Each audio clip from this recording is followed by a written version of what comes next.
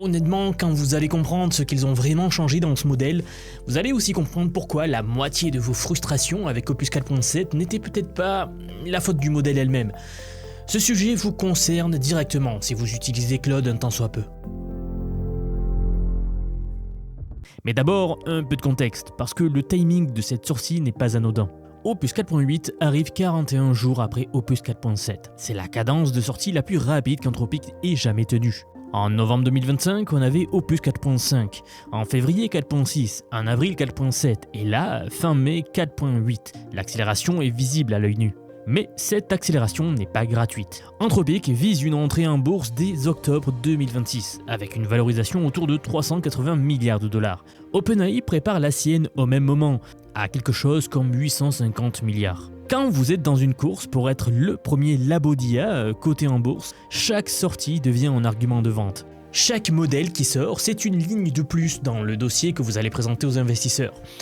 Ça ne veut pas dire que le modèle est mauvais, loin de là, hein, mais ça veut dire qu'il faut garder les yeux ouverts sur le contexte dans lequel il arrive. Revenons aux faits.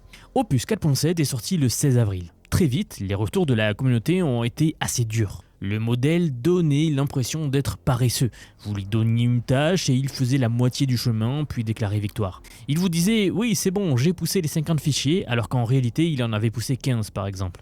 Il y avait aussi un problème de rigidité avec des refus excessifs sur des demandes parfaitement légitimes parce que le filtre de sécurité partait en vrille. La consommation de tokens avait aussi explosé, donc les sessions coûtaient plus cher sans que la qualité suive. Alors personnellement, j'utilise encore Claude 4.6, car je le trouve vraiment très bon pour certaines tâches.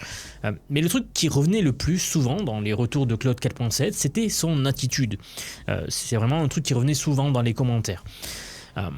Si vous avez déjà eu l'impression que Claude vous répondait avec un ton sec, presque condescendant, un peu comme un collègue qui lève les yeux au ciel quand vous lui réclamez quelque chose, sachez que vous n'étiez pas vraiment le seul à penser ça. Le modèle avait développé une sorte de personnalité têtue. C'est bien d'avoir un outil qui vous challenge, mais c'est beaucoup moins bien que cet outil vous donne l'impression d'être un stagiaire pénible.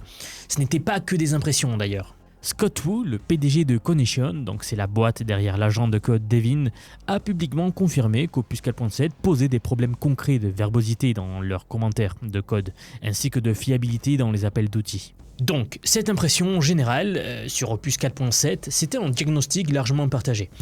Opus 4.6, ce nouveau modèle a été construit justement pour répondre à ça.